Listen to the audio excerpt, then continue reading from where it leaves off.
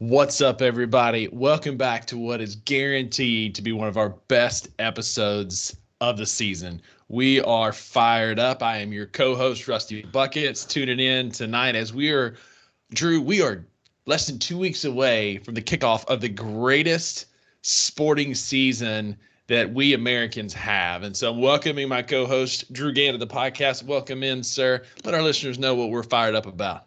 Yeah, man. We got college football coming. I mean, it's funny. Every single spring when football's over, I kind of pretend like the greatest season of the greatest sport of all time is coming in college baseball. But then, like, you start getting towards the end of summer and you start seeing Labor Day coming up, and you realize, like, yeah, that is baseball's great. Don't get me wrong. College baseball, especially, is great. Yeah. But ultimately, it just gets you through till you get to football, because You're not football is king here in Mississippi and in the Southeast, and as a member of the ever-growing Southeastern Conference, it's king here, and I cannot wait to dive into it. It's going to be our first full season Yeah. recapping the SEC on the podcast. We started just I think a week before the Egg Bowl, maybe last year, or 2 weeks before the Egg Bowl last I year. think we determined it was around like November the 10th. Yeah, so 2 weeks before the Egg Bowl last year, and so now we get a full college football season starting from the great kickoff week and then the 3 weeks of crap football, and here we go again. So we're going to dive into 6 SEC teams this week. We will get 6 more next week, and then the Wednesday leading up to college football season, Rusty and I will go to war as we preview Ole Miss and Mississippi State. That is we're gonna make that a whole episode. That's guaranteed to be our most civil episode yet. It will be the last episode of the Two Buck Sports Podcast. We will be insufferable that night. But Drew, you're right. This is one of the best times of the year. It reminds me of my childhood growing up. You met my granddad. You remember him. Rest in peace, Jack K. Whitten. He every year around this time we have to go to Walmart and pick up the Athlon Sports Book. You know, the big thick college football preview that had all the listings out there of each team's preview, and he only picked the ones that had Alabama on the cover. He didn't want nothing to do with any of the other ones. But RIP Granddad, that was for you. Just a great time of the year, just that build up of like, Tennessee, they're the best football team every year from January to August until it's time to play. And so we're coming up to that point now where we're going to have to start putting pen to paper and pads on, and we're going to actually play football. I'm excited to see what happens. Yeah, I cannot wait. Unfortunately for both of us, week 1 just is a dud, and really weeks 1 through 3 probably are duds for us. We'll get into Ole Miss and Mississippi State later. Yeah. But before we get started talking about college football, we want to take a few minutes just to set the table here and prime the pump and catch some other sports topics real quick. So, Rusty, what do you have for us? Well, first up, Drew, we've started this new segment. It's been a hit. We've been enjoying this. So we're going to start with our beef, because it's easy to pick out something that's like, what's your beef this week? We were talking about that off air. Like, best sometimes is hard to pick out because you kind of go through the motions during the day, but it's easy to pick out those things that just annoy you and piss you off. So what's your Bucks beef of the week? Yeah, so we recorded the podcast last week, and I had a pretty good beef, but then, a lot of times beefs don't stick with me throughout the week. Like, it's a lot of time it happened the day of or the day before we record the podcast. This one has stuck with me since last Friday night. So the Tippah County Fair was in town, and we're small town folks. The fair is most of the time the biggest thing that happens in our small town every year.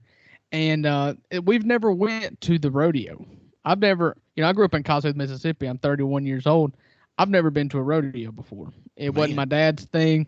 I just never went. And the kids were really, yeah. So most people have, at least been to one or two. Heck, we had a professional saddle bronc rider on our podcast, and I've never been to a rodeo before. And so I told the kids we're going to go, watch some bronc riding. They had bronc riding, bull riding, roping, barrel racing, the whole shooting match. And so we get there, and my wife sends me a rundown of kind of the schedule, and it shows the process to get in the gates. And the process say $5 a ticket a person, or $25 for a carload. Okay, you following my math here? Uh-huh. And so we all pile up in my dad's car. He's got a Chevy Traverse. It fits seven. All seven of us get in there. That'll be me and my wife and kids and my mom and dad. And we roll up to the front gate and we said one carload. And there's seven of us. And Rusty, you should have saw the way this woman looked at us. Like we were trying to steal money, and she caught us red-handed. And she was like, "Y'all didn't fit in a car." I said, "What are you talking about?" I said, "Well, I mean, they make cars that fit seven people. Like this is a pretty common thing. I don't know if you've heard of SUVs or not." She said, "That sounds like a van." I was like, "But no, it's a SUV. Like it's a car. I don't. And she was like, "Nope, can't get in. Seven people cannot fit into a car." So I was like, and I was just like, "Okay, this is dumb." And Dad started to argue, but he was like, "Here, just take our money and go."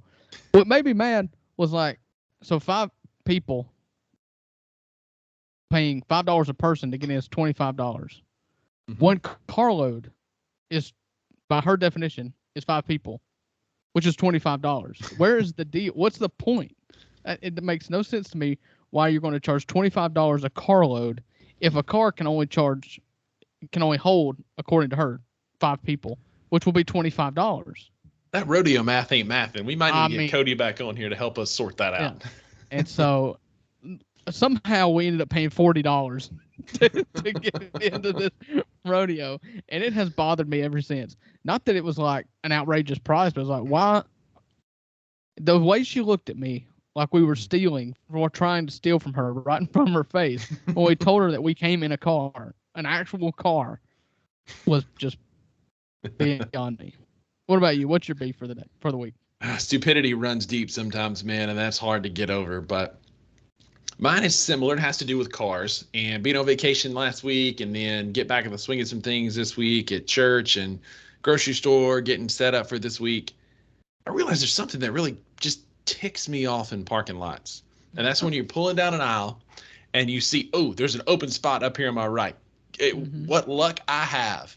And as you pull up to it, there's a little Civic or a Prius or a Kia that's pulled all the way up to the curb that you can't see because of the Durango or the Chrysler Town and Country, whatever that's next to it. And you think, man, I'm going to whip this truck in here, and only to be upended by a little bitty car that completely throws it off. And it's just like, no, I think it should be a law that if you drive a small car, you have to park at the edge of the parking spot so that you don't give anybody false hope. That's false advertisement. I need to be able to see your taillight. That's it. Like, I need to be able to see that there's a car in there because, I drive a truck, so I have to back into the parking spot. It is the truth. It's the law. You have to. It comes in it is in the owner's manual.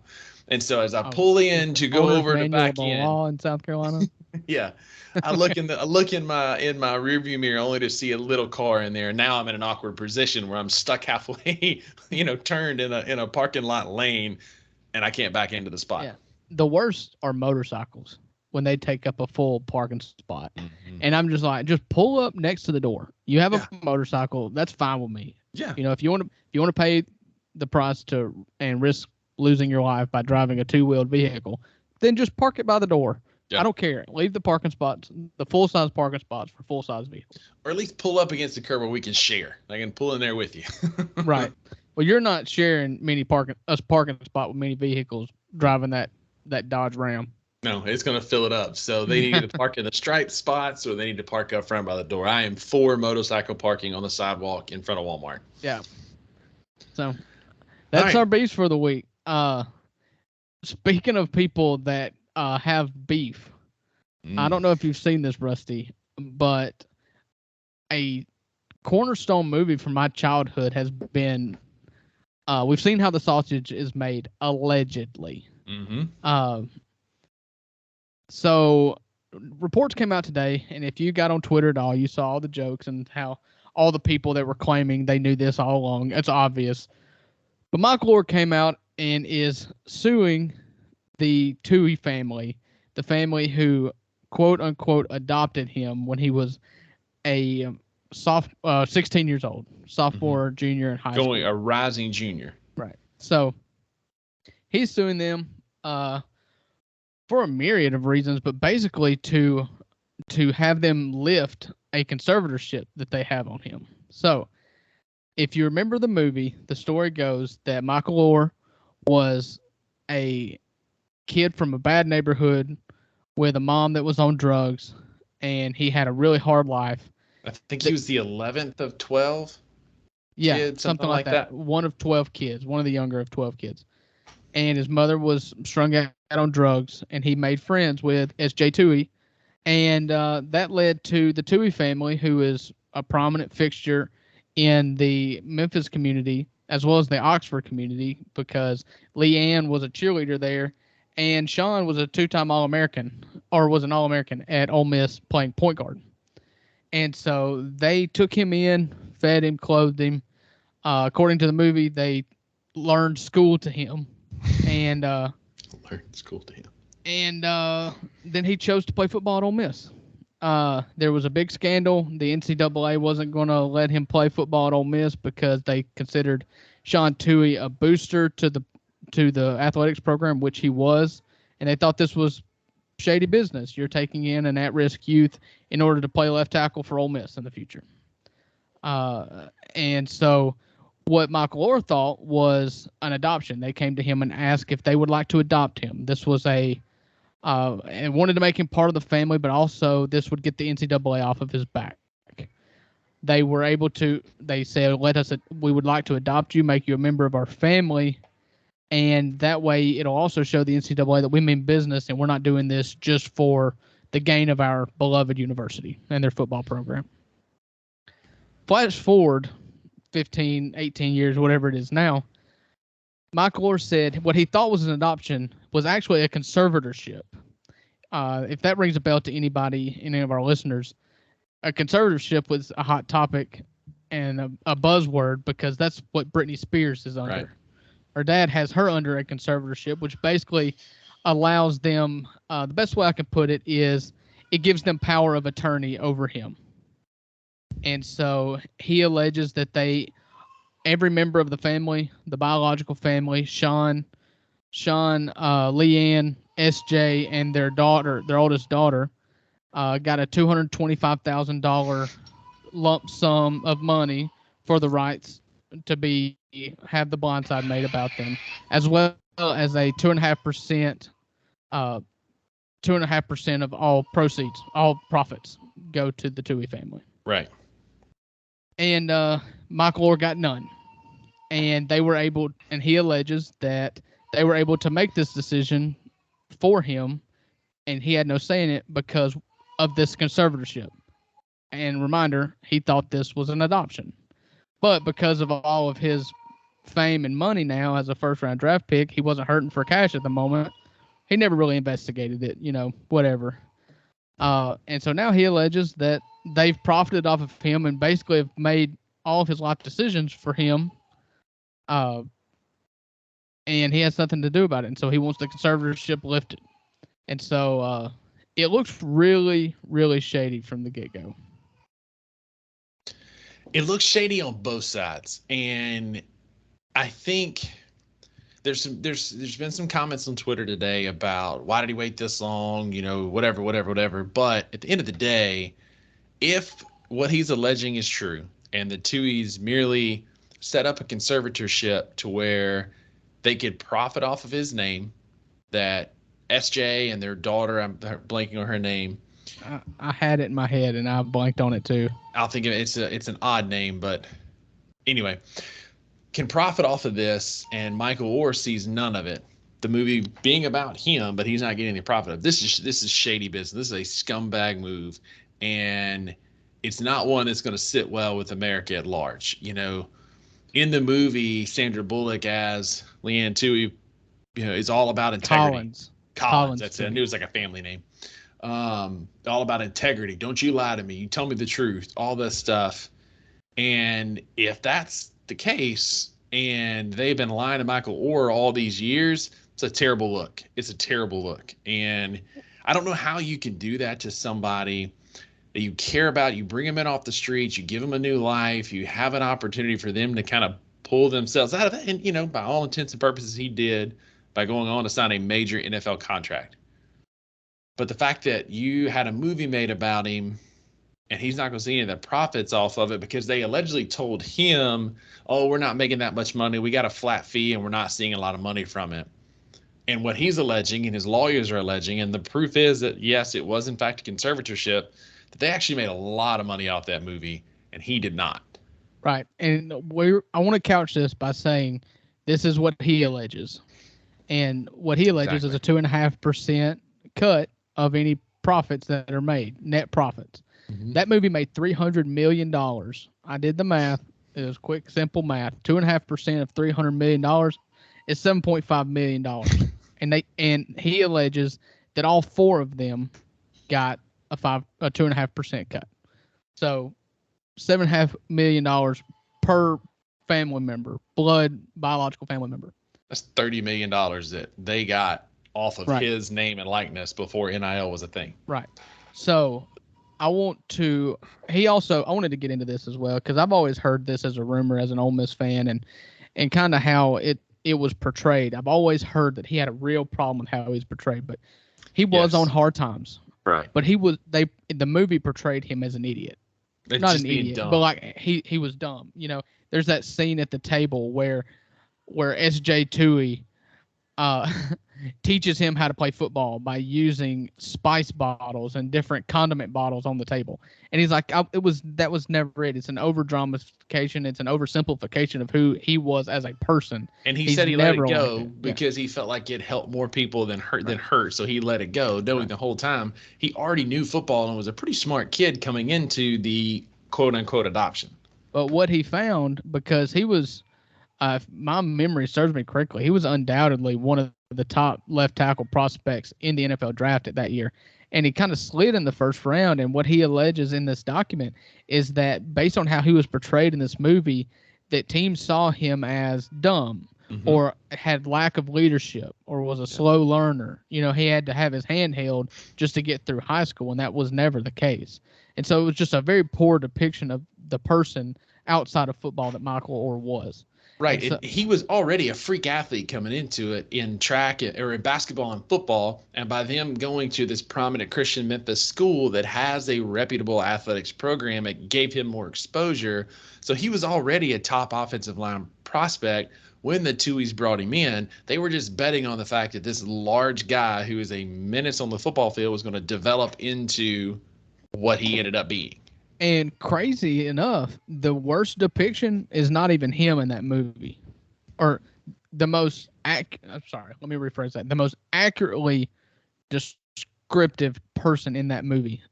You know, you've got Coach O in there. He makes a cameo. Nick Saban makes a cameo. Houston Nutt comes in, makes a cameo. But the most accurately portrayed person is his high school football coach, Burt Cotton, who is just an imbecile, who is just a cowardice of a man. Most of you probably know this, but Burt Cotton was not his high school football coach. His name was changed. His high school football coach was one Hugh Freeze. Exactly. And so, yes, he was a bumbling idiot in high school, and he's a bumbling idiot now. It's fair. So I want to tackle this from the other side, though, because I did read Sean Tui's statement. I don't know if you saw this or not. He came out with Jeff Calkins with the Daily Memphian and released a statement.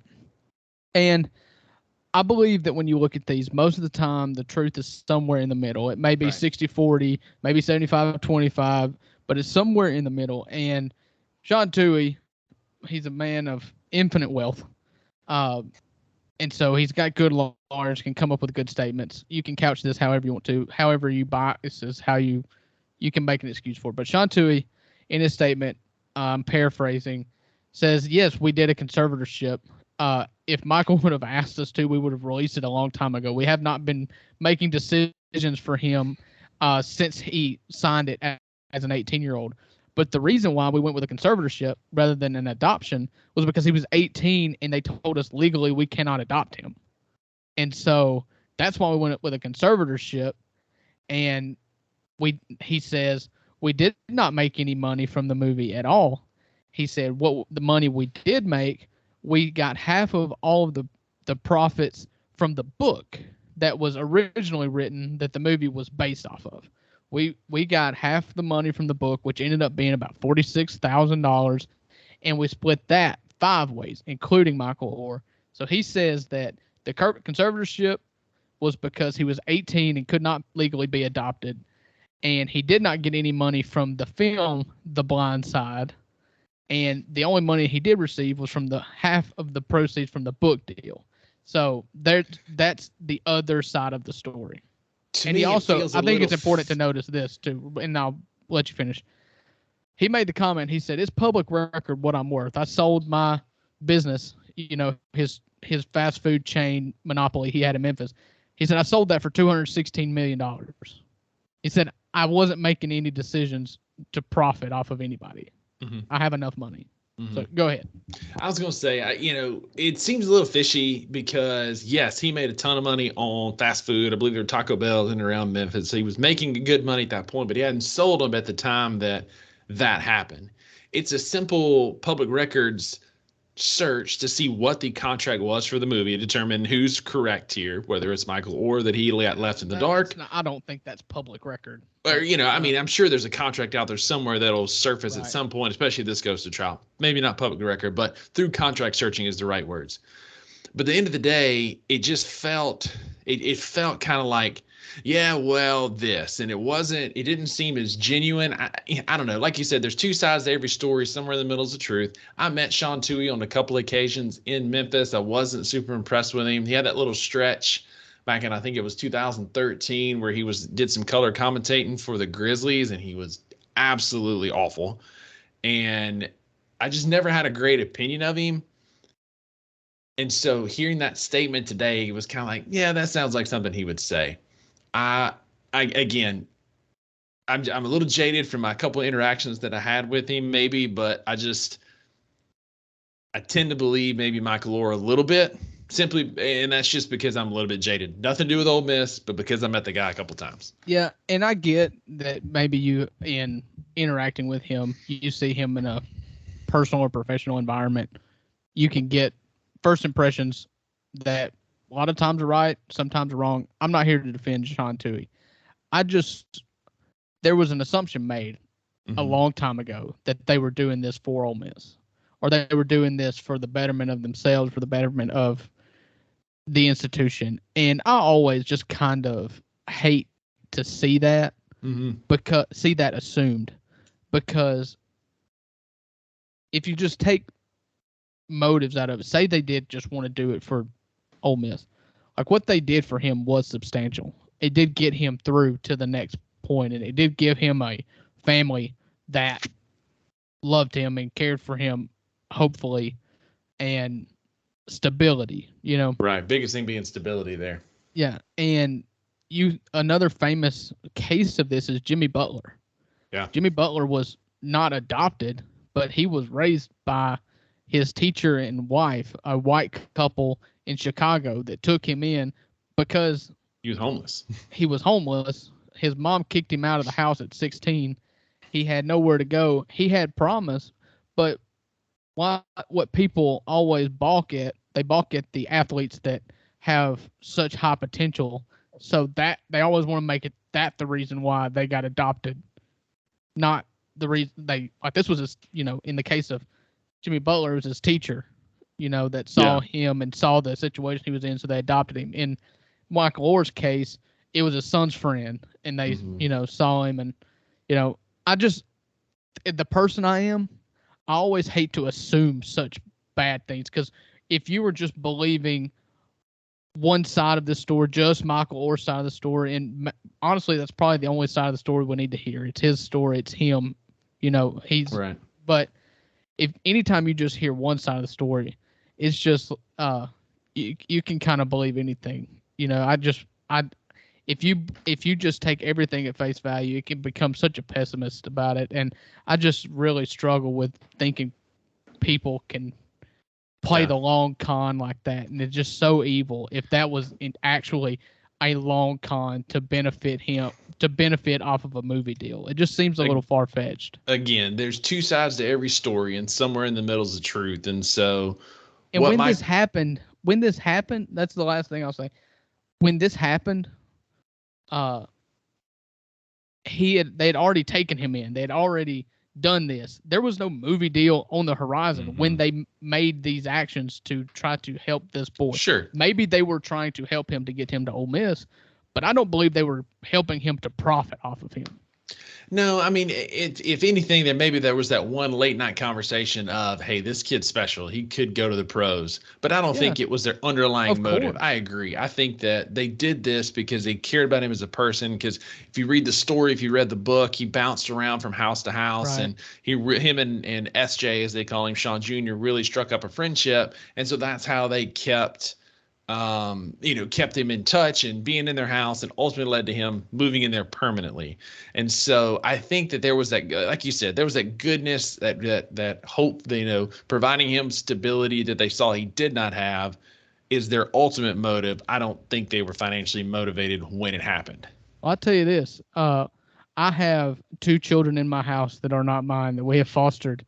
The youngest of the 2 is a lefty that loves baseball. Don't think for a minute I won't try to teach him how to pitch and profit Absolutely. off of it. Yeah, that's not why I did it, but dang it, if he's going to be if I can teach him to have a low to mid 90s fastball, he will play for Ole Miss. And if Uncle Black has anything to do about it, he'll be in maroon and white. But that's just a real sticky situation. It is, man. I hate it because there's so many preconceived notions. Just seeing the big African American stud athlete be taken in by the rich white folks, that it just screams something's weird there. If you want it to feel weird, and maybe it was. Maybe this is the exception that proves the fact, But I'm not here to make accusations or anything like that. We are a factual podcast. We just report what's out there on the Twitters and the interwebs right now. So, and we're recording this a little bit early in the week due to some other prior commitments. So if other news breaks later in the week, forgive us, as we are going with the information that we have. Right. So, speaking of, we'll kind of move through these next couple kind of quick. Wander Franco is another weird, sticky situation. Oh, weird is one way to put it. Yeah. If you want to believe everything Michael Orr said, that Sean Toohey and Leanne Toohey are dirtbags, if you believe that, Wander Franco is even worse. Yeah, because if you believe what's coming out, Wander Franco is a baseball phenom. He's the next generation of that swag, great middle infielder for the Tampa Bay Rays. Is alleged to have been he's 22 years old and allegedly in a relationship with a 14-year-old back in the Dominican Republic, who is now suing or now exposing him because she asked for hush money that he didn't pay. His camp, and what a lot of people are alleging, that she's actually 19, makes it a little bit better, 22, 19. Either way, makes it legal, right, by U.S. standards. She's got a child. It's a weird situation. I think there's going to be a lot more details coming out over the next few weeks. Either way, right now, Wander Franco, one of baseball's hot young superstars, is on the restricted list for allegedly having a relationship with the 14-year-old, which is, if that's accurate, this is way worse than the Trevor Bauer situation. This is way worse than anything we've seen recently, and he deserves everything that's coming his way. Because they are not alleging that he commented on some thirst traps of a girl that turns out to be 14. This is an alleged relationship. There are pictures on Twitter of the 2 of them together. She does not look 14 to me in those pictures, but again, who am I to judge? But yeah, you got to ask. You got to ask. If you're a shortstop for the Tampa Bay Rays, you've got to see proof. Not the bench warmers I am 12 birth certificate, but like actual hard proof of I am actually, because the age, I think in Dominican Republic, the age of consent is 18 still, I believe. Some of those Caribbean countries is 16. Matters not. You got to make sure she's of age, whatever age that may be. Right. Yeah, it's weird. I hope he didn't do it because, like I said, regarding Sean Toohey, I hate assuming anybody would do something like this. Sure. I know people get caught up, but intentionally. There are people that get caught up in sins. That says your sins will find you out, and people get caught up doing some messed up stuff. Yeah. And one thing leads to another. If one thing leads to another, leads to a 14-year-old girlfriend, that's just horrible. I mean, that's That's the unforgivable. That's the end. That's the end of you as a professional as baseball a player. as a baseball player for sure, but maybe as a free citizen, it But should be. yeah, it should be. But so many of those Moneyball memes have been hilarious on Twitter today. I will say one bright spot to that. But yeah. moving right along, we're going to stick in baseball. Drew, one thing I've enjoyed last couple of weeks is our stat of the week. I've got one here for you. Baseball is always that one sport that has just those oddity stats, right? Right. So for the first time in Major League Baseball, in the modern era of Major League Baseball, which dates back to the 1960s, I believe, is kind of considered the modern era. Is that right? Is that when they raised the mound? I think so. The Mets are the only Major League Baseball team in the modern era to have 7 or more hits and 9 or more walks. So that's a minimum of 16 base runners. Right.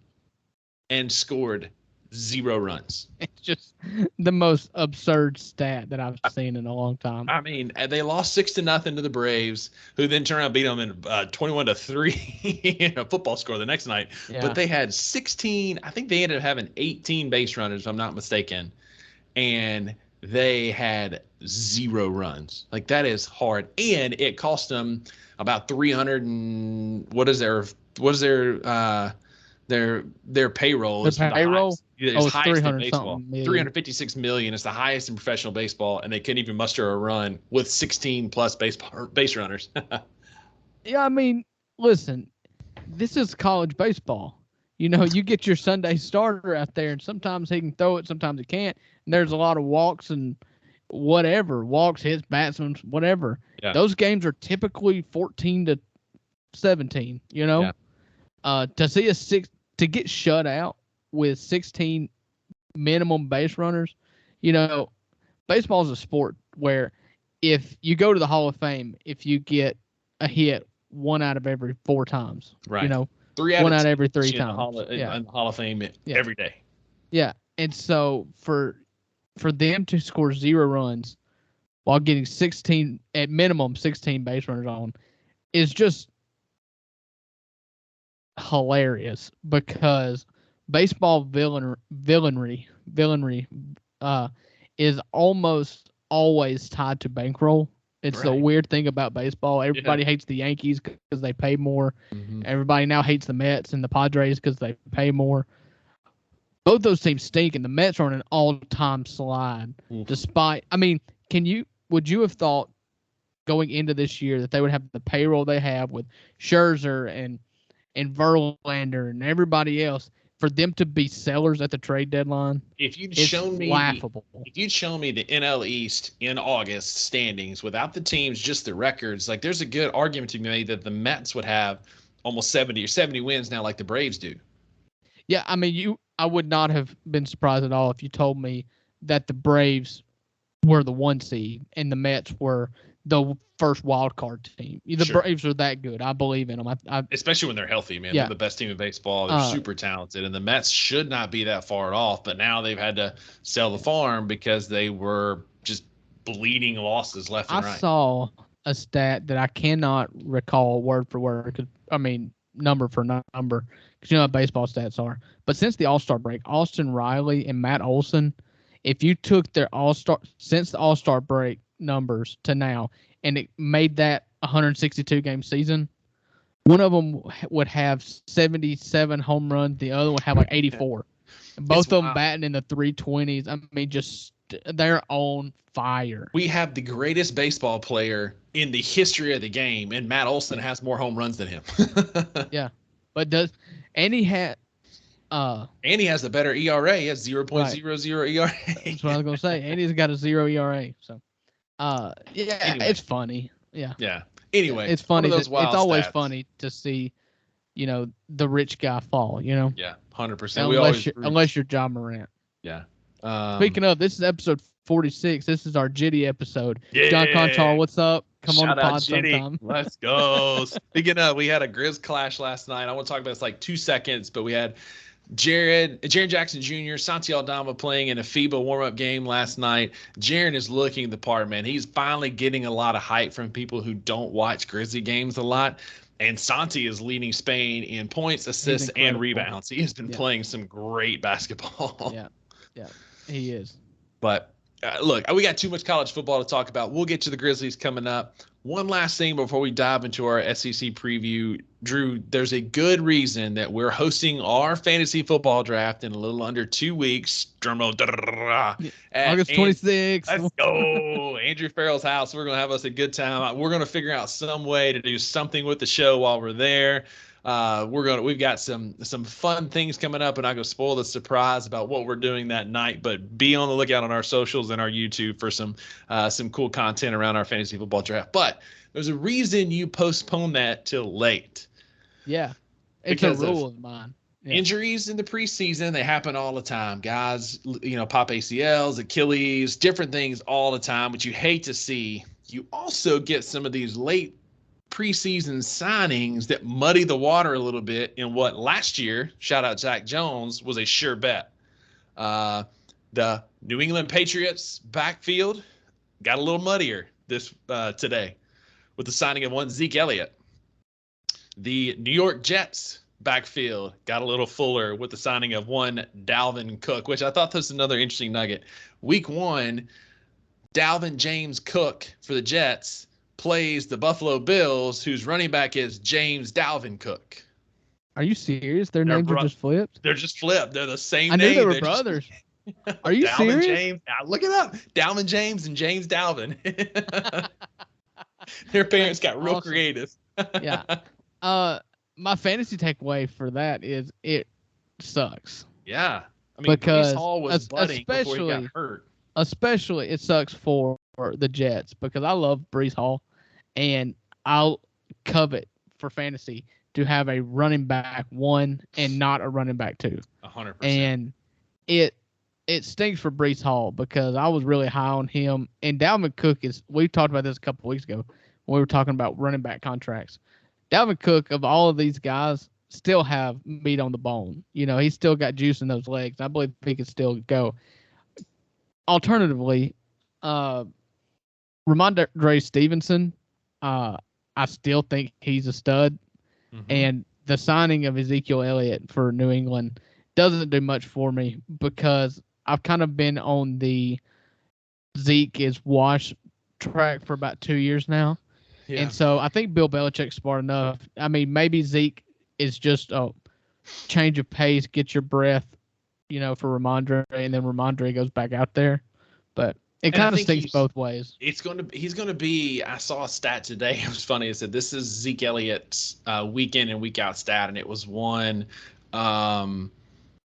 of Jerome Bettis in 2009, like at the twilight of his career, where he had 5 carries, he had 1 rushing yard, but he had 3 touchdowns, and that's where Zeke's going to be. He's going to poach some touchdowns from Stevenson in the red zone at the goal line.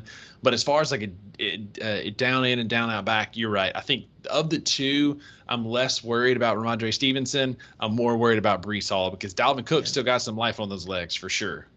Yeah, it kind of makes me want to stay away from both of them. Yeah, 100%. Dalvin and Breece. Yes, I agree. Not so much Ramondre. Yeah, it makes it. Yeah, and Dalvin Cook is one I always look at, but Breece Hall was one that was high on a lot of draft boards until today. It definitely is going to make some people reconsider that. But again, shout out to the commission of our league that we draft a little bit later. Both of those 1-year deals. I know Zeke's was. I think Dalvin Cook's was too. His might have been. Probably should have just signed the franchise tag. It would get more money. Yeah. But the franchise tag wasn't offered to Zeke. But then Dalvin, again, but Dalvin it was, and maybe Dalvin felt like his time was up in Minnesota, and I know he probably couldn't see that far in the future. Maybe he thinks New York is a better situation with the talent because that offense is all of a sudden filthy. Even with you got Aaron Rodgers, you got Breece Hall, Dalvin Cook, Garrett Wilson. Like you've got some guys, you got some dudes who can play. Offense ain't bad. They have one priority over the next 2 years, and that's winning the Super Bowl. Win the Super Bowl. I mean, they have a window now, and it's very short. And don't think for a second that general managers of the actual football teams care one bit about what the general managers of fantasy football teams think. Right. Not at all. And it's funny. It's another example. I saw this. This is not original of mine. I'm stealing credit for this, but Aaron Rodgers is much like Tom Brady and much like Wander Franco, showing that age is just a number. Anyway, moving right Next. Drew, we've got to this segment of our show you and I have been chomping at the bit for weeks now as we are getting ready for SEC football. College football in general is coming back. We both happen to be alumni of one school, but fan of two different schools in the SEC. And so it's that time of the year, man. It is time for college football. And we're going to start this week we've got 6 teams, as you said earlier in this episode, that we're going to preview this week. Man, I cannot wait. I am sure we're going to agree on absolutely everything tonight in the next couple of weeks, and I can't wait. So this week, and like Rusty mentioned earlier, we're recording this on Monday night due to a work obligation that I have. So if the starting quarterback for LSU, Georgia, Alabama, Arkansas, South Carolina, and Tennessee all break their legs between now and Thursday morning, do not hold us responsible. We're going off Monday data, okay? Right. We'll update that next week if need be, but we're wishing health on all of these 6 schools. So I'm just going to start here. I'm going to kind of lay the groundwork, what I've seen here for what the teams have. We're going to go through the schedule, and we're going to see whether we can get to the over-under number. And so we're going to start with Georgia, the reigning national champs 2 times. Real quick, I want to give a quick shout out here. We are using DraftKings data in honor of our buddy, a friend of the podcast, fan of the podcast, Aaron Tim Buren. But I appreciate you listening to it. He works for DraftKings up in Boston in their graphic design department. But we are using DraftKings data in honor of Aaron, friend of the podcast. So Georgia, the 2-time national champion, 2-time defending national champion, has a DraftKings over-under set for 11.5. So they are saying you either have to bet they go undefeated or they lose 1 game, hits the under. That seems to fit because out of the SEC, according to CBS Sports, in the SEC, as far as SEC teams go, they have the 14th ranked strength of schedule this year. They are returning 13 starters, 6 on offense, 7 on defense. And that may sound like a low number, but they only returned 10 starters last year when they demolished everybody. Yeah. The key difference, you're losing Stetson Bennett, a 3-year starter, 2-time national championship quarterback, captain of the team. It looks like the new quarterback is possibly going to be a fellow by the name of Carson Beck. He's a junior, so he's been in the program, which is something you don't see a quarterback that sits and waits his turn.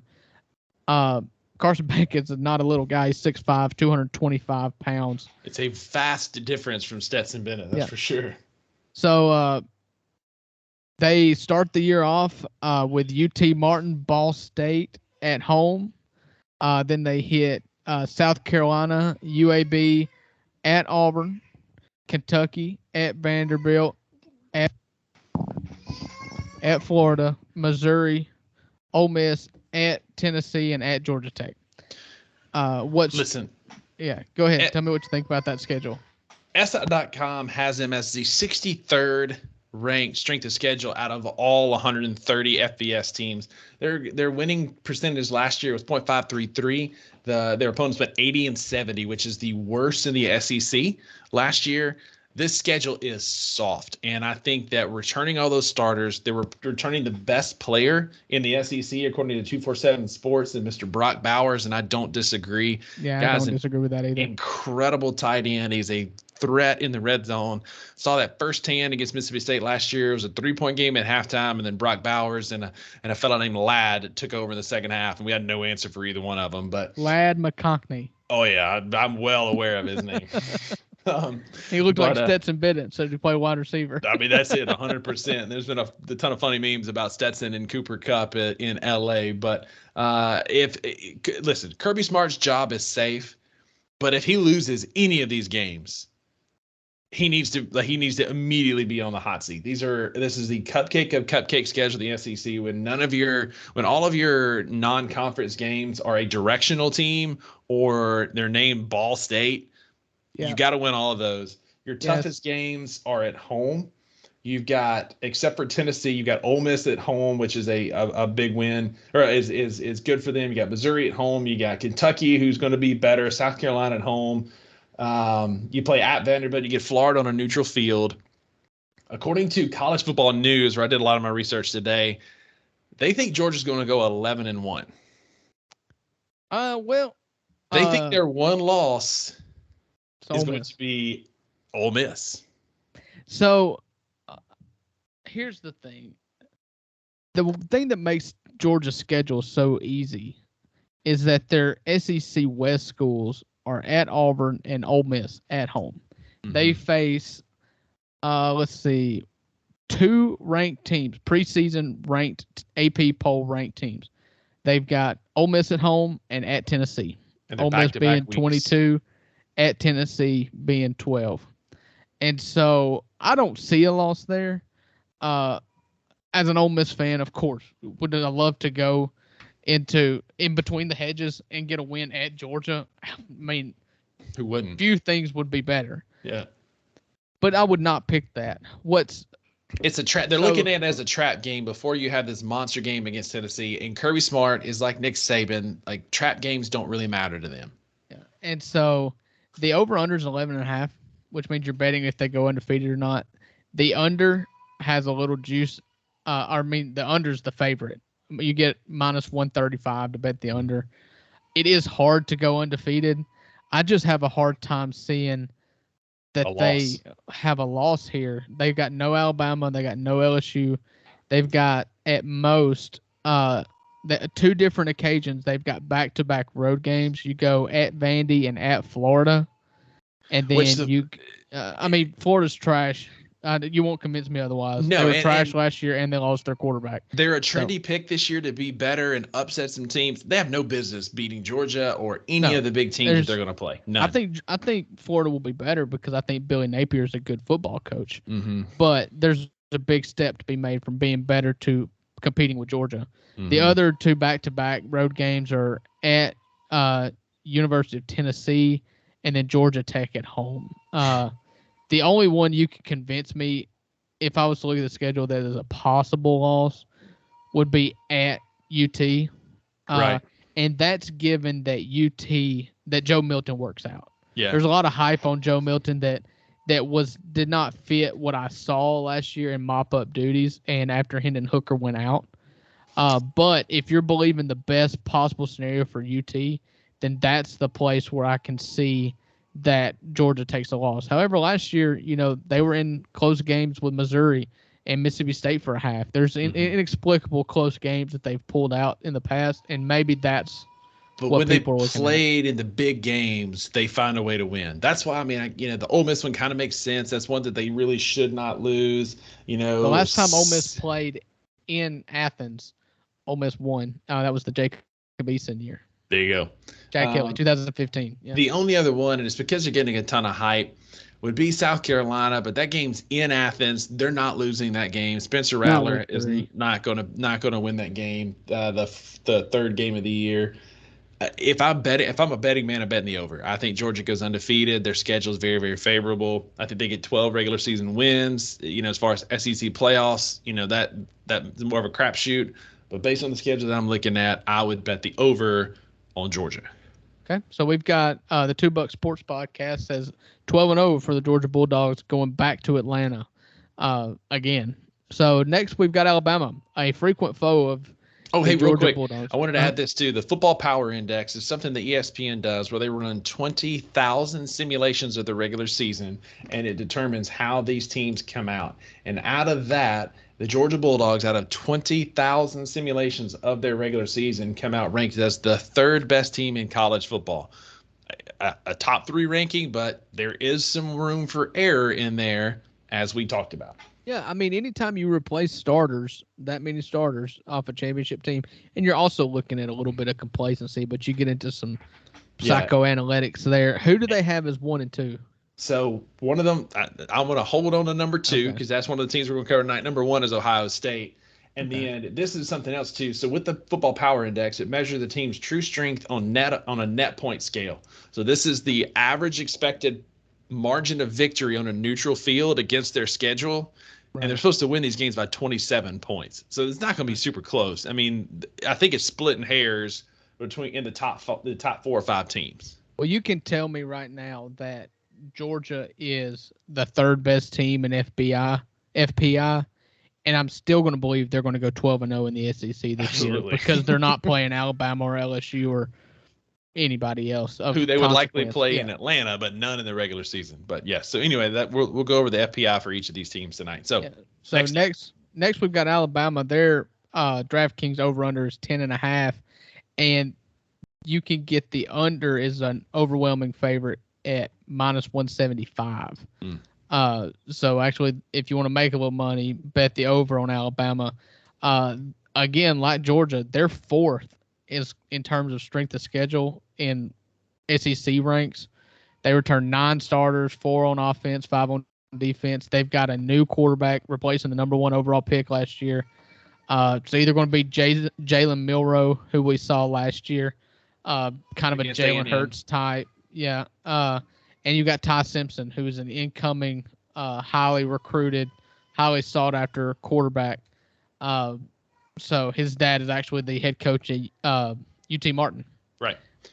So that's kind of the options. I don't know which way they're leaning right now, but so if I'm a betting man, I'm betting the over on 10.5. I think that Alabama's going to be very good next year, especially on defense. They have they have 3 of the top 5 players in the SEC, and Dallas Turner at linebacker, J.C. Latham on their offensive line, and Kool-Aid McKinstry, who made the $2 all-name team as a dynamic punt returner and defensive back. Alabama's going to be very good next year, and one reason why I'd bet on Alabama is not very often does Nick Saban have back-to-back bad years. B, the last time they started as the preseason number 4 team was 2009, where they beat the crap out of everybody and won the national championship. And then 2, David Pollock made a mistake on national TV by saying that Georgia is the new standard of SEC football. And if you look at the look on Nick Saban's face, Nick Saban was not happy. And so that to say 2 things about that. One, he's a Georgia grad. Right. 2, he's right. Yeah, but that's rat poison. That's locker room material that Nick Saban doesn't need. I know. And you heard it here. It obviously ESPN fired him after that. So. Right. So there you go. So here's the thing. So we've got we'll go over their schedule here in just a second, which we can go into now. But I've got a hot take on who one of their losses is going to be. You got Ole Miss beating Georgia and Alabama this year? If so, we're going to the Natty, honey. If not, no, do not. We're going to go through this. Mm-hmm. You saying you got the over on 10.5 right now. Mm-hmm. So you got to find me 1 loss. Yep. Is what we're looking for. And we'll see if we agree or not. You start the season with MTSU at home. Nope. Easy. And then out the gate, you've got the University of Texas making a return trip to Alabama. But I was going to say, where's that game at? It's in Tuscaloosa. They almost lost in Austin last year, but that's my right. point. And my point on my hot take here is Alabama is not a great big road game team. Continue. Well, that's a home game. Right. So are you giving Texas the win here, or are you going to go with a home team? I'm going with it's a road loss. Okay. So just so we're clear, Alabama beats Texas. I think so. Okay. Is this the big road game you're talking about when Alabama travels to the University of South Florida? What in the world are they doing playing at South Florida anyway? No sense at all. Yeah, absolutely. That must be. This schedule is kind of weird. They probably booked this in 2002. The 2023 schedule is weird for a couple of teams. Like I believe it was Tennessee, or maybe it was Georgia, was supposed to play Oklahoma this year, but instead, I think that's when they added in UAB. Yeah, that's what I think happened. Yeah. And so, but it's sidebar, real quick sidebar. If you haven't watched the Johnny Manziel documentary on Netflix, it's good. So good. Yeah, and in that, it was like one of those things they played at La Tech his junior year or sophomore year, and it's like, what are they doing playing at La Tech? They had to fill a schedule. 100%. Last minute. 100%. So anyway. we agree a win at University of South Florida. Then Ole Miss comes to town. Ole Miss ranked number 22 in the preseason poll. They do have a returning starting quarterback, so we have that up on them. And apparently, a lot of people think Ole Miss is going to be good, although I don't know any of the players' names other than Quinshon Judkins and Jackson Dart. That's it. Everybody else is transferred, so I'll take their word for it. But if I've learned one thing, Rusty, do not ever think that you're going to beat Alabama. No. You learned that lesson harder than anybody. So I'm going to put that as a win. Yeah. For the same reason why the next week when they go to Starkville, I will put it in as a win. So here's where I'm at. Oh, my God. Now, hear me out. Hear me out. No, I will not hear you make you case for this. I think that Alabama loses a road SEC game this year, and I think it's one of two games. I'm not saying guaranteeing Mississippi State's going to be. No, it could be Mississippi State because that's early. We'll talk about this. I'm saying it could be. I think the more likely loss is at Auburn that last week of the year. Hugh Freeze does something crazy. They get all hyped up because they're not going to be that great of a team this year. A lot of people are picking them to lose at A&M. They ain't going to lose to A&M again. He's going to beat the crap out of Jimbo Fisher. I think that if I had to guess, Alabama's going to lose either in Starkville or in Auburn. And they call that a homer pick. But I just know that if that becomes true, I will be insufferable that week. Let me tell you something. I don't think it's going to happen. They lose a road SEC game. All right, so there's 4 road SEC games every year. This year, Alabama plays at Mississippi State, at A&M, at Kentucky, and at Auburn. Mississippi State has the 4th best odds of beating Alabama out of that list. I don't care what you say. They have maybe. You got a coach that's never coached before, an offensive coordinator from Appalachian State. I don't believe it. So, I'm just saying, stranger things have happened. Stranger things have happened. You go buy your lottery ticket right now. I think they lose. Listen, if State beats Alabama, you dang right, I'm going to go buy all the lottery tickets. But I think they lose either at Mississippi State or at Auburn. That's my one loss for Alabama. All right, we're putting it down for an Alabama win, unless you're an idiot. All right, then they go at A&M. They ain't losing that game. I don't think Nick Saban will ever lose to Jimbo Fisher again. No. They're going to win that game by 50 points. Arkansas at home. Arkansas is tricky. We're going to get into them in a minute. I'm not buying. They've got a couple things working for them and against them right now. We'll dive into it a minute ago. Just a simple win-loss right here. Arkansas at home. I think Alabama wins that game. I do too. They don't lose to Arkansas very often. What are the odds you think the University of Tennessee comes to Bryant-Denny to make 2 in a row for Tennessee over Alabama? Hell hath no fury like a Nick Saban team coming off of a loss. And they lost last year in dramatic fashion in Knoxville. I think Tennessee, I'm pretty high on Tennessee this year. I think that's one of their losses. I think Alabama shows up ready to play. This is a real prove-it year for Tennessee. I could see this going either way just because Ole Miss was once that up-and-coming team that snuck up and beat Alabama and then had to go to Bryant-Denny the next year. And it got sloppy, but Ole Miss beat them again. I have seen it done before. It has happened. So, again, we're talking about whether I can see the possibility versus whether I would pick it to happen. In 2015, I was riding pretty high, so I did pick it to happen, but that was a total homer pick, and I'll admit that. I wouldn't pick it for Tennessee here. No, I don't think so. If it was in Knoxville, if somehow it worked out where they're back-to-back in Knoxville, I would feel better about it. But this being in Tuscaloosa, hell hath no fury like Nick Saban after a loss. Alabama wins. All right, so coming off of at A&M and Arkansas at home and Tennessee at home, they've got another home game against LSU. Very favorable. And if there is a team that I do think could beat Alabama twice in a row, it's LSU. In fact, I would book it. That's one that I've put so much stock in returning quarterbacks, and we're going to get into LSU next. But one of the points I was going to make about LSU is they're returning Jaden Daniels at quarterback and the best linebacker in football. But one of the best players in football. Yeah. And Harold Perkins, who as a true freshman. We'll get to him in a minute. I've got some stats on him. We'll get to him in a minute. And so just to prove my point here, you've got a quarterback on offense and the quote-unquote quarterback of defense coming back for LSU, and a really good head coach that has shown he can sustain winning. I would, if you ask me, that would be my upset. If if you're going to go under's the favorite, which puts us at 10 wins, I'm going to say that's got to be one of the losses for Alabama if you're going to have to find two. I agree. I would agree with that. They're returning the bulk of their offensive line, who were freshmen and sophomores last year. And the only thing better than returning your quarterback is returning the bulk of your offensive line, because that's a group that, as they play more together, they get better together. Harold Perkins, we've already talked about him. We'll talk about him more here in a minute.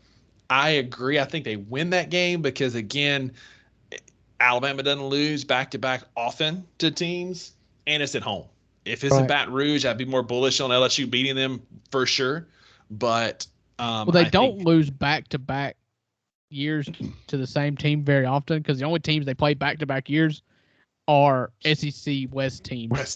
And how often do they have the opportunity to be good enough to compete with Alabama 2 years in a row? Fair.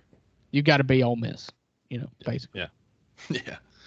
All right, we're gonna hammer through these last three. You got Kentucky, that's a win. Yeah. UT Chattanooga, win. And then Auburn. I'm gonna let you call this one here. I called LSU. You seem to be waffling on it.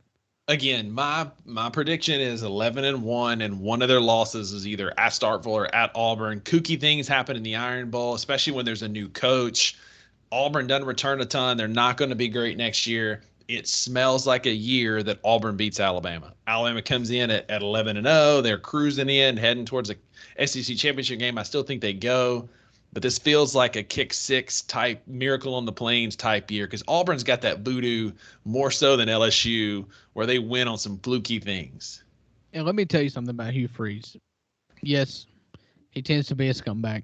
Yes, he is what you think he is. I'll tell you what he also is.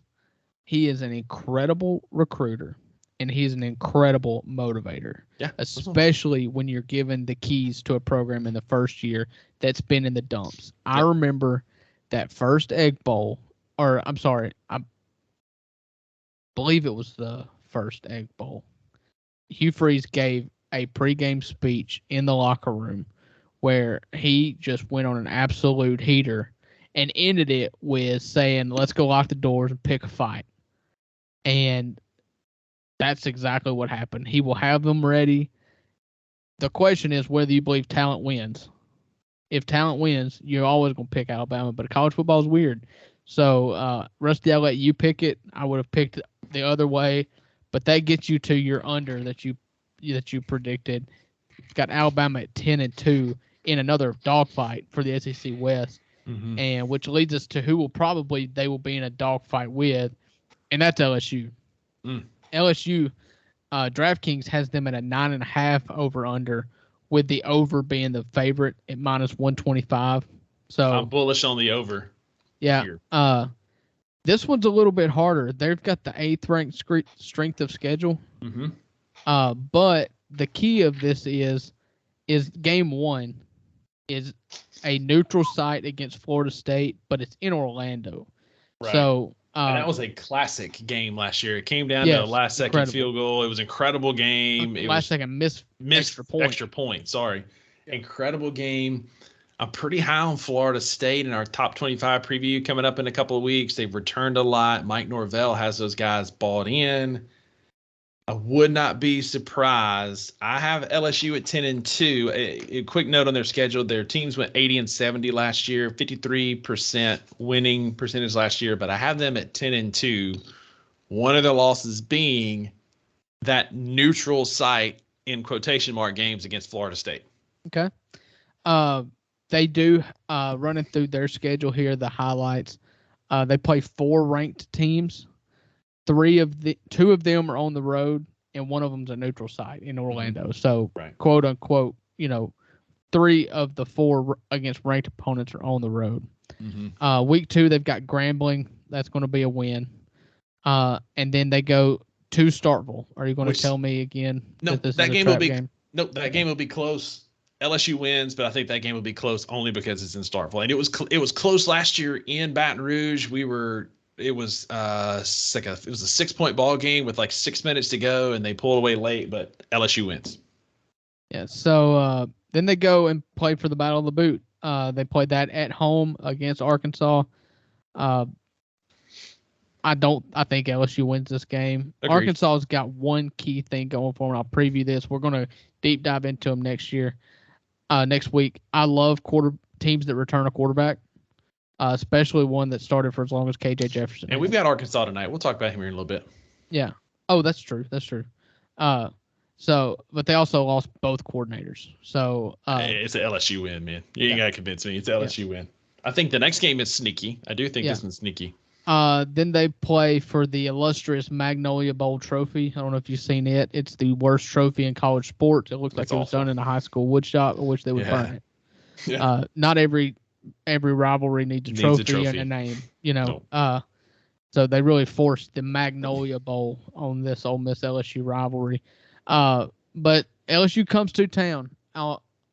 And it's their, let's see, 1, 2, 3.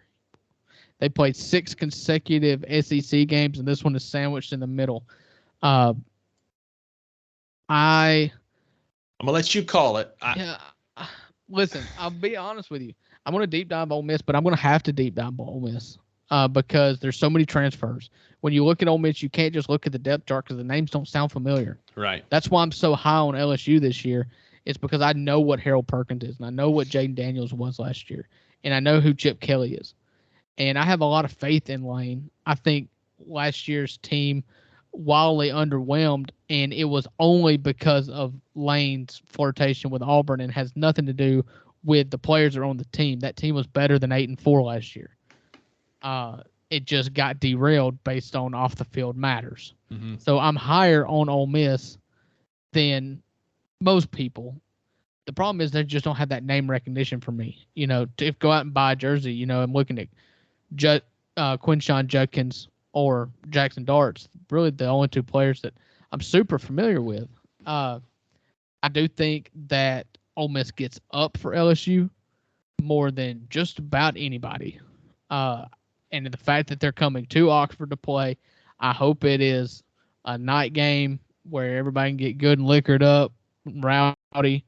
The Vault's not always a very hard place to play. But for LSU, it can get very, very loud and pretty vicious. And so the numbers, these sports books know what they're doing when they set these lines. Their numbers at 9.5, which means 2 losses means an over. I'm going to give Ole Miss a win here. And I'm going to do that because I want to, and because that's really the only other reason. I'm high on LSU, but it's the same thing when I pick State over Alabama. I want that win to happen. I think that it's a game. It's on the road. SEC teams have an advantage, even if your stadium, like the Vault, is not one of the loudest, most hostile environments. It is for certain games, and this is one that LSU could slip up in. Not one I had them losing.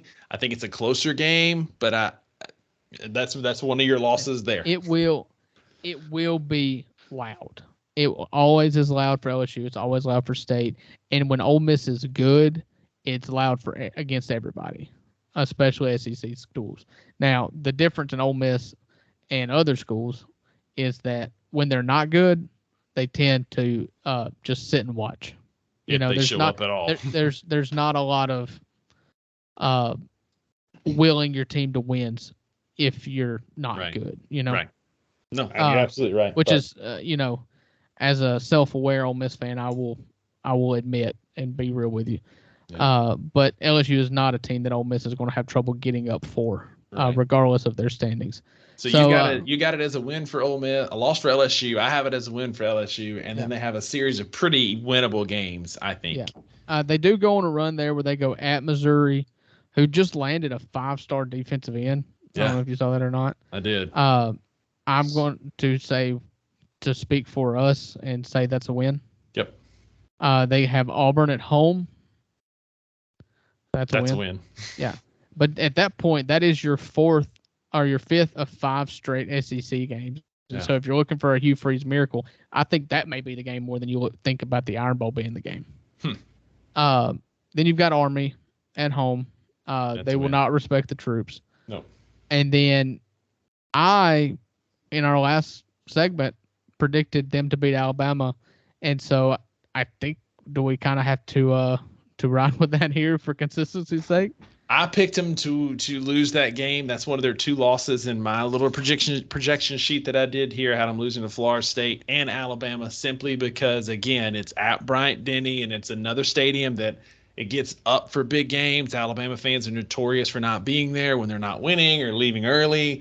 They'll be there. They'll be loud for that game. I have LSU losing that game. Okay. Which still puts them at the over. Yeah, I have them winning this game. Go to Florida. My thoughts on Florida I made known in the last segment. I don't think they're going to be very good, although they will be better. Georgia State to win. And then you close the season with the number 23 preseason ranked team A&M at home. I think that's a win. That's a win. And that's still, either way, we still have them at the over. It's just how they get there. So in our situations here, we've got Alabama and LSU both finishing at 10-2. And I had them at 11-1. I had an either or. I said they weren't going to lose both. They were going to lose either at Starkville or at Auburn and still be at 11-1. Okay, so I have them both at 10-2 with LSU winning the tiebreaker. Yeah, and then we both have them as 10-2 so far. So a repeat. I have them at next year being a repeat of in Atlanta for the SEC championship game. Georgia versus LSU. And I have Georgia, Alabama. All right. Next we got Tennessee. DraftKings has the over/under at 9.5, with the under being the favorite at -180. So pretty heavy favorite to go under 9.5. They're 6th in the SEC in strength of schedule. They returned 13 starters, 7 on offense, 6 on defense. One of those returning starters is not Hendon Hooker. So it's Joe Milton season. You're going to see what he can finally do when he's handed the reins. He lost the job last year to Joe Milton, and he was less than impressive in mop-up duty and injury fill-in duty. But except against Clemson. Yeah, but, Clemson was a bowl game in which you have time to be the number one and game plan as the number one quarterback. And if you're looking for a reason for Tennessee to go over the 9.5, that's your reason. You've got a whole offseason of Joe Milton being the guy. And if you think that Clemson game is any indicator, then maybe that's where you lean. So. Yeah. And kind of going back to our football power index real quick, Georgia was the number 3 team. Alabama was number 2. They have LSU as the number 4 team with a margin of victory of 22 points. Tennessee, in that same 20,000 game simulation, they have them as the 12th best team in the country with an average margin of victory at 15.2 points. There is a 92% chance they achieve 6 wins and only a 9% chance that they win their division. Well, that's because Georgia's in their division. Because Georgia is a 60 or 79% chance to win the division. Is there a third place there? The next closest would be Florida at 5%. Yeah. ESPN's high on Florida, and their FPI actually at Florida's FPI. We'll get to them next week. Is 18 in the best. It's 18th in the country. Wow. We'll get to that, but yes. So Tennessee, 12th best team according to FPI on ESPN.com, and their schedule is fairly favorable. Once again, another SEC schedule that kind of sets up well for them. Yeah, so they play 3 ranked teams. One of them is on the road. 2 of them are at home. So we'll go win-loss here. You start the season on a neutral site. Again, it's another quote-unquote neutral site at Nissan Stadium in Nashville against Virginia, who has just been atrocious lately. Yeah, I think that's a win. Yeah. Then they Austin Peay in state rivalry. Possible future SEC team, Virginia.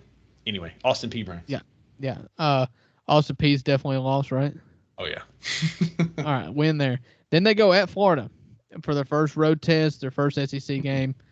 I don't see how Tennessee gets anywhere close to 9.5 wins if they don't go and beat Florida. Which is wild. ESPN, SI.com, and this college football news all have Tennessee losing to Florida. And I don't get it. I don't see it. I don't know how that, it's at Florida, but Florida did not impress me enough.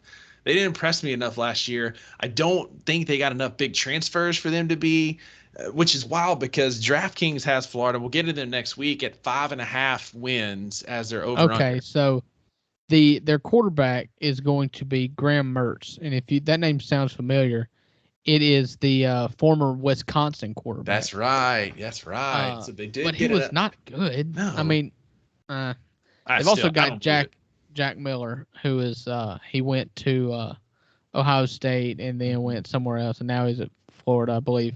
I'm not buying into it, man. I think Tennessee wins that game. No, I'm not picking Tennessee to win that game. I mean, to lose that game. No, Florida. You got another in-state rivalry. First Austin Peay and now University.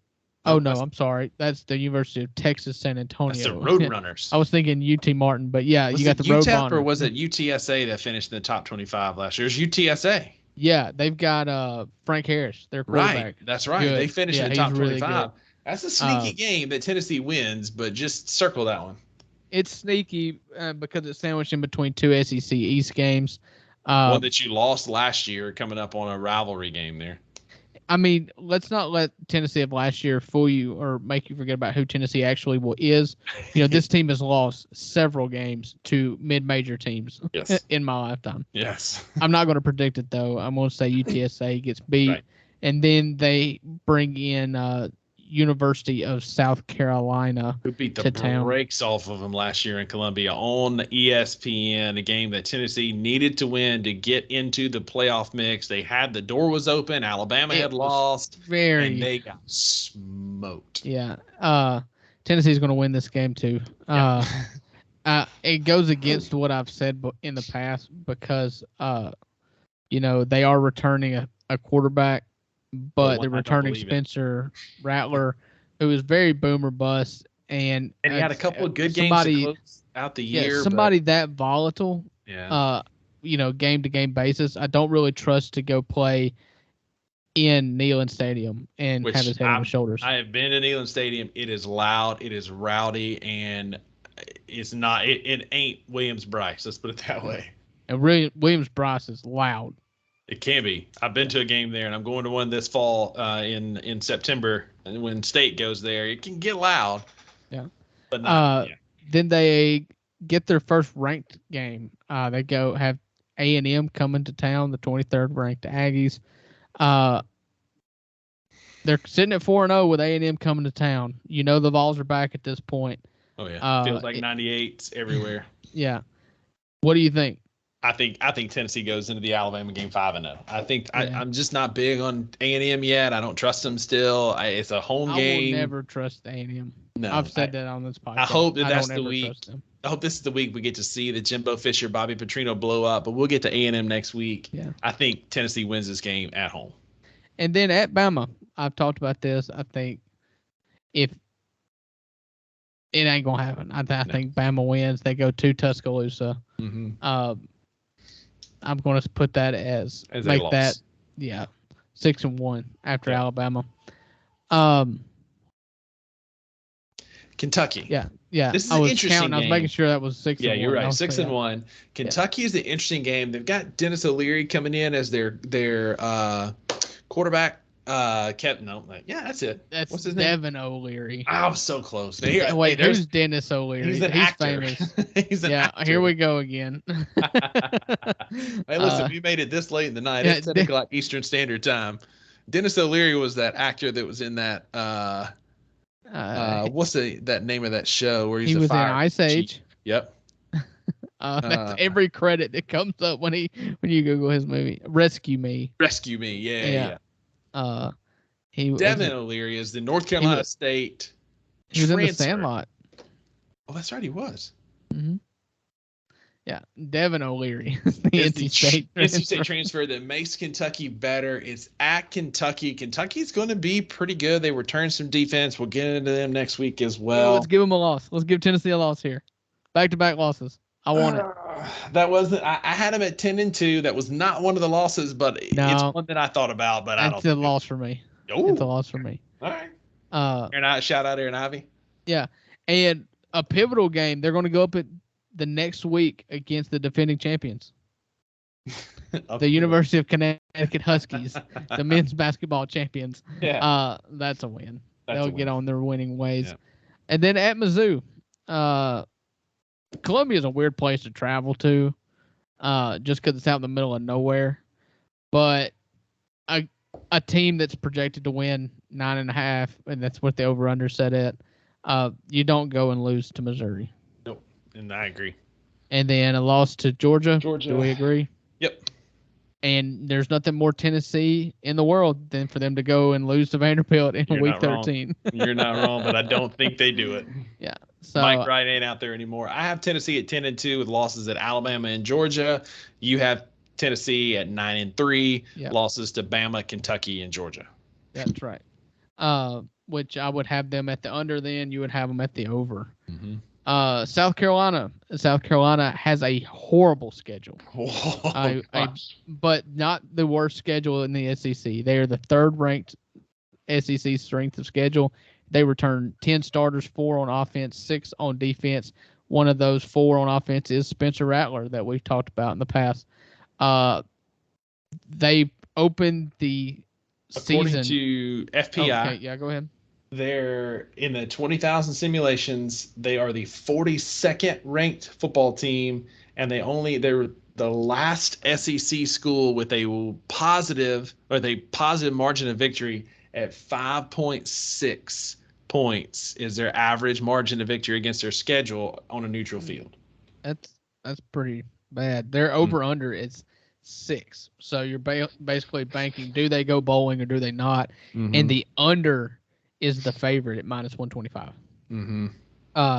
So this is why that they're 6-6. Mm-hmm. First off, they start off the season in a neutral site game against a Power 5 opponent in a game that is the most detestable game of all time. A game in which the title sponsor is mayonnaise. Duke's Mayo. Yeah. The Duke's Mayo College Football Classic is a matchup between the Carolinas of the North and the South. Mm-hmm. North Carolina is preseason ranked number 21. They have a Heisman hopeful. They have a high draft pick in Drake May playing quarterback.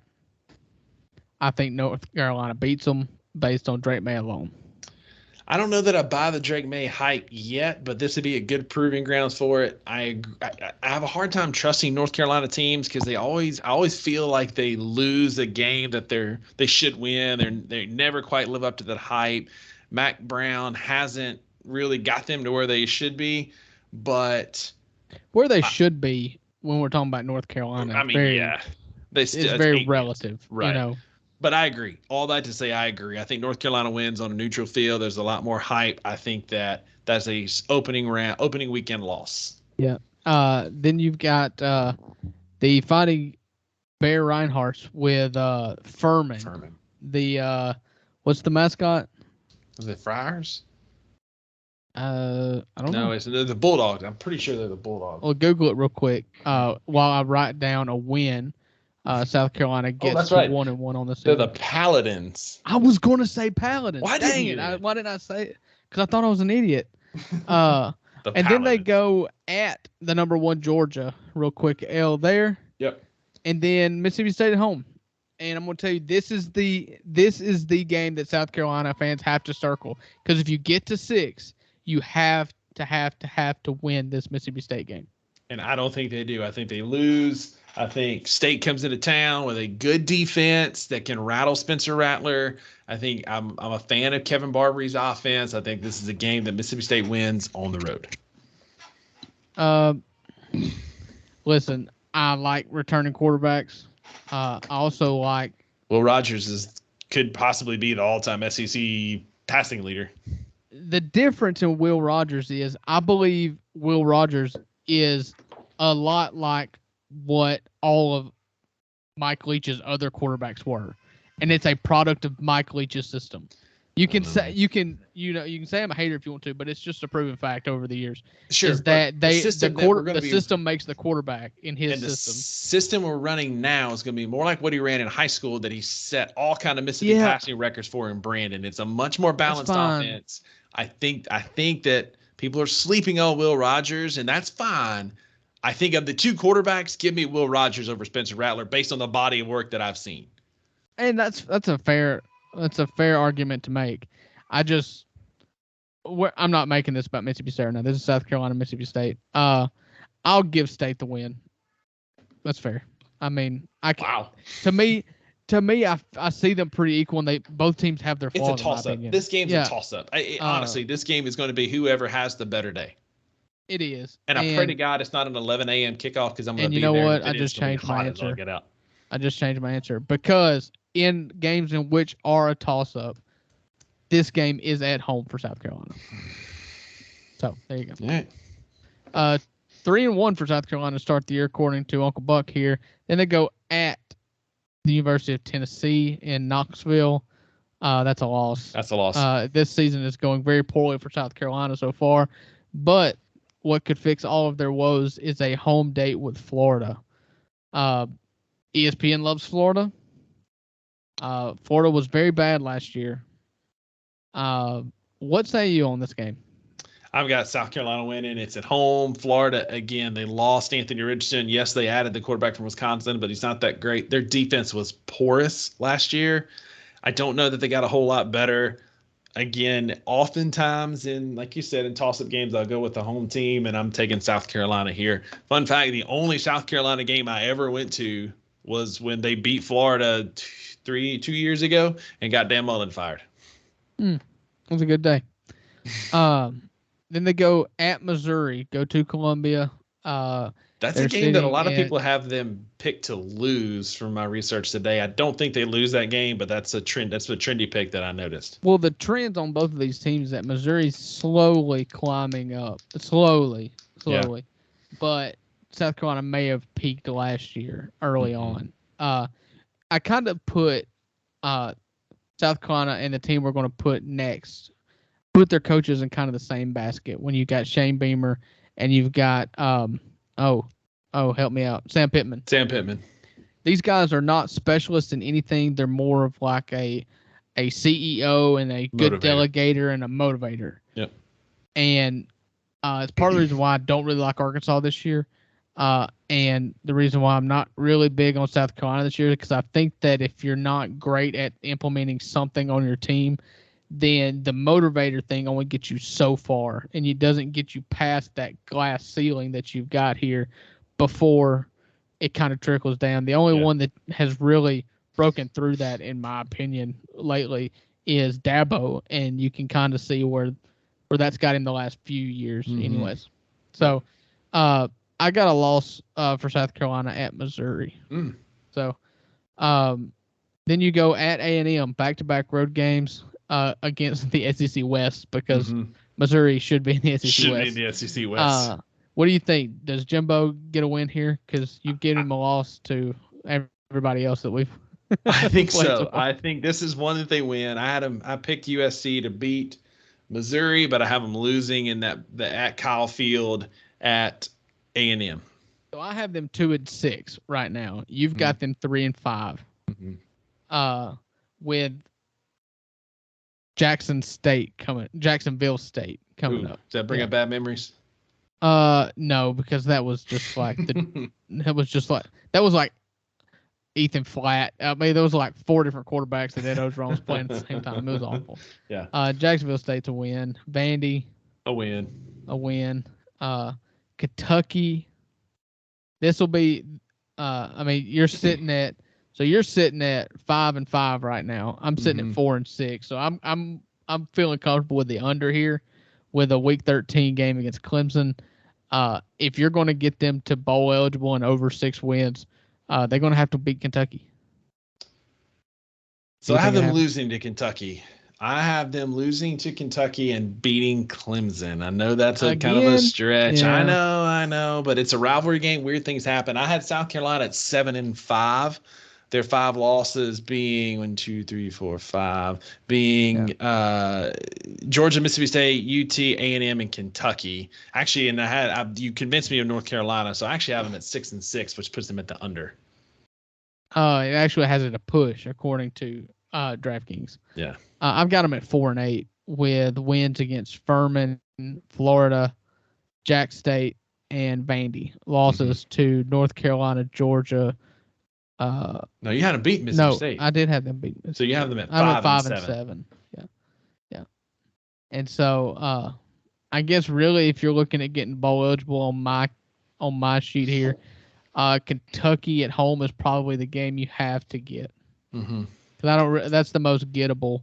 Maybe think, at Missouri, but yeah. that's on the road. So I think that the hype is real with with Shane Beamer. I think that he's got them pointing in the right direction, but this is a brutal schedule, and it's tough to find wins. He's a great motivator. He had them up for the rivalry game last year to beat Clemson. I think 6-6. I think 7-5 is probably the ceiling if they sneak a win against State or Kentucky, but I think 6-6 is much more realistic. So then we get to Arkansas. This is the last team we're going to preview this week. Arkansas's over under 7, and so I told you I was earlier in this podcast that I was a little lower on Arkansas. It seems like Vegas is too. And actually, the under is the favorite at a -145. So a pretty substantial favorite. People going under. Spoiler alert, I'm leaning towards the under because according to the FPI, Arkansas is the 30th best team with their average margin of victory on a neutral field being 9 points. Their projected win-loss is 6.9 wins and 5.1 losses. So that's the over. So that would be the over. The key returners here, obviously, they've got KJ Jefferson, and then they've got Rocket Sanders, who was the second leading rusher in the SEC last year in a per yard in a yardage race. Anyways, second only Quinshon Judkins at Ole Miss, actually. They're both really good. KJ Jefferson is very limited. There was a lot of talk about him leaving because Kendall Briles left. His offensive coordinator left and went to TCU. The defensive coordinator left and took the head coaching job at UNLV. That would be Barry Odom. And so you've got key departures, and you also have a 3-year quarterback going on his 3rd year as a starting quarterback. So you kind of have to weigh that out when you're looking at Arkansas, and kind of the dichotomy between the two is the reason why I think a 6 or a 7 over under seems pretty fair, especially they've got a gauntlet here in the middle of their schedule that we're going to get to. Yeah. But they start out with Western Carolina. We're going to believe that's a win. Yep. And then Kent State, it's a win against a Group of 5 school. They got a tricky one with a new Big 12 team starting this year. They've got BYU making the return trip to Fayetteville after Arkansas went to Salt Lake City or to Provo. Last year. I think that's Arkansas a tricky wins. one. It is, but it's a non-conference home game. I think Arkansas finds a way to win. I lean that way as well, but that's where the gauntlet starts. Because we got them 3-0 hitting the teeth of the schedule. So, just to kind of give you a brief synopsis here, they play 4 ranked teams in a row, and 3 of them are at home. They only play 4 ranked teams all year, or preseason ranked teams this year. All 4 of them in a 4-week span here. You've got at LSU for the Battle of the Boot. We believe that's a loss. We've covered that one. Yep. You've got A&M at home, which is, if you're going to get to 7, that's not at home. It's a neutral game. Oh, it's in Arlington. It's at Jerry World. Yep, you're right. That's the stupidest thing in the world. If I'm Arkansas and I'm Texas A&M, I'm fighting like. You play that game in Fayetteville. You play that game in Kyle Field. Like that's how that should. You pay way too much money for these stadiums, and you have way too good of a home field environment at Reynolds Razorback Stadium and at Kyle Field for you to ever think about going and playing a game in Dallas. Like it's so dumb. Especially because it's such a big stadium, you're gonna miss a lot of what makes those schedules, the stadiums great. Yeah, you watch that game, the Jerry Jones Classic. You watch that game in Jerry World. And it doesn't look like college football. It looks like, upper levels. You look like you're watching Allen High School play for the 8A state championship at Jerry World. That's it doesn't look like a college game. But aside from that, I do think that's a game that Arkansas wins. I've got them not being great, but I think that's one they have to win to become bowl eligible based on the games that have them losing. So if you got them going bowl eligible, it's not hard to get them bowl eligible. I find it hard to get them over 7. Right. No, I agree with that. I think 6 wins is the ceiling and the floor. I've been really hard on A&M. I don't believe in A&M. I've said that. I don't think they'll ever beat a good team, uh, a team that they're projected to beat. I mean, to lose to. I don't see them upsetting anybody right now under Jimbo Fisher. I don't like the culture there. However, I think that Arkansas is kind of weird and they're kind of lulling too. So I actually want to give that one to A&M. Then you've got at Ole Miss, and if you know anything about Ole Miss and Arkansas, it is a stupid game. Yeah. Luckily for Ole Miss, it is at home this year. We're returning a starter. We're returning the leading rusher. They're returning a starter at quarterback, a 3-year starter, and the second leading rusher. I think Ole Miss defense is better. I'm giving Ole Miss a win just because Same. I trust Lane Kiffin more in this game. Yeah. It's a point that I was making about Shane Beamer. You've got a coach that's a CEO and a delegator that doesn't do anything great. And so you've got Sam Pittman, who he was a former offensive line coach. He's not in charge of the defense. He's not in charge of the offense. And so you really hope that that guy catches lightning in a bottle like Ed Ogeron did, where he has incredible coordinators. Well, Sam Pittman had incredible coordinators, and he lost both of them this year. So that's the reason why I'm not high on Arkansas this year. And that's why crazy things happen in Ole Miss and Arkansas games, but you can't pick games in August based on crazy factor. You know, you just kind of have to experience those in the moment. Right. Especially in early October when the weather's starting to turn cool, crazy things happen, but I don't think that Arkansas finds a way to win. I think that's the beginning of a ugly losing streak when they lose to Ole Miss. Just a little inside note here. I'm writing these down, and I just put W by that because I'm like, yeah, Ole Miss is going to win. And I did that same thing for Mississippi State and South Carolina. I was like, yeah, we're going to win. W. Then Arkansas goes to Alabama. We believe that's a loss. Mississippi State at home in Reynolds Razorback Stadium. That is the two most seasoned quarterbacks in the SEC. Mm-hmm. Kooky things happen.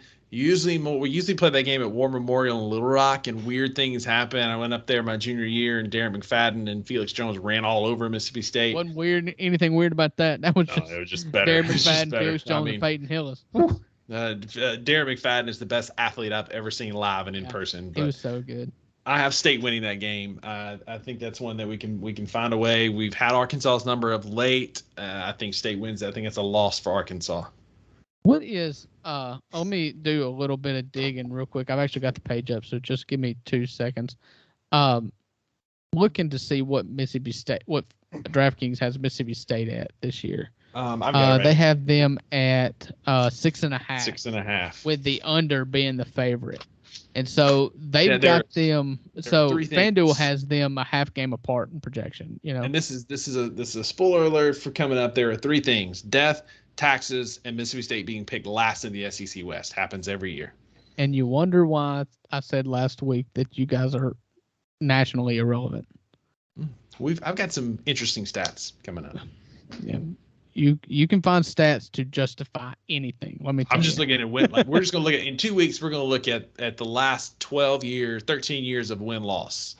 But why are you only looking at 13? Is that when the winning streak started for Mississippi State? We could go back further, but I'm just. How about we just go all the way back to the start? Okay, if you just want to pick an arbitrary date. Well, sure, we can go back to the start and talk about teams in the 1940s, or we can look at teams that are relevant in our lifetime. But we'll get to that. But only in the last 13 years. Since we can go back in our lifetime. We can go back in our lifetime. Okay. Jackie Sherrill in the late 90s. Anyway, you want to talk about Jackie Sherrill? You want to go back that far? We'll get there. All right. So, just for that comment, Arkansas beats Mississippi State. At Florida. If ESPN believes in Florida, if you believe in Florida, you got to say that Florida beats Arkansas at home. You don't? No, I don't. I don't believe in Florida at all. I've got Arkansas winning that game. Yeah, I kind of lean that way. Auburn, I'm going to have that as a loss. I've got it as a win. You're looking at... No, sorry. I did have that as a loss. I have that one as a loss as well. You're right. I mean, you're looking... That's Hugh Freeze's 9th game at Auburn. If they're going to hit a stride, they're going to hit it at that point. If they start kind of turning a corner. Which is why the Iron Bowl is interesting. There's a big difference in turning a corner and then beating Alabama. You're not wrong. And then FIU is going to be a win, although FIU could win the Jersey battle that day. Yeah. and then Missouri to end the season in, I guess, a Southwest Conference rivalry game. I have that as a loss for Arkansas to get them to 6-6. I've been harsh on Missouri, but I'm giving them a win against Arkansas. I'm going to give Arkansas the win here to get them to 7 and a push. Yeah, so I got them at 7-5. Yeah, and the swing just game because the it's at home. Game. Yeah. So, all right. Well, that's the SEC games that we're going to preview for this week. Rusty, I've enjoyed it. I can already tell that in 2 weeks we're going to hate each other. It's going to be such a good episode. Yeah, because you are just going to fabricate whatever stat you can to justify your in calls. Don't even pretend. Don't shake your head at me like you've got something up your sleeve that's not biased, because you cannot find a stat. Or win losses or wins and 13 years again, as far as I've gone back. Are wins and losses biased? No, but how you frame on the field it, biased. Yeah, but how you frame it will be. How do you frame a record? You say one team is 3-7, one team's 8-5, one team's 10-2, one team's 7-5. How do you frame that? This is how you frame it. If you say the past 13 years, for instance, look at the past 13 years. So far. Huh? I said okay. So far. Well, you can make it a lot easier and go back to the beginning, or what I'm saying, you can find any stat. I say this as somebody who wants to justify it. I'm saying it for myself too. I can justify any stat that I want to find, any bias that I want to find. And I just want you to admit that going in, that you are looking for stats that justify your biases. Just like I am. I am justifying why I think Mississippi State is the better team. Unbiased. I'm very biased towards Mississippi State. And I looked up Mississippi State records since 2010, Ole Miss records since 2010. That's what I looked up to get the numbers. I just want to know why you picked 2010. Is that because that was the first one that I came up to? Ed Ogeron was coach? Or that 2010 was the year we lost to Jacksonville State, and Houston Nutt tanked the whole thing. Again, that's why you picked 2010. So that's far, I'm gonna make it relevant for our lifetimes. I'm gonna go back to 1987, and we'll see what happens. Okay. I mean, I can't tell you what happened in 1987.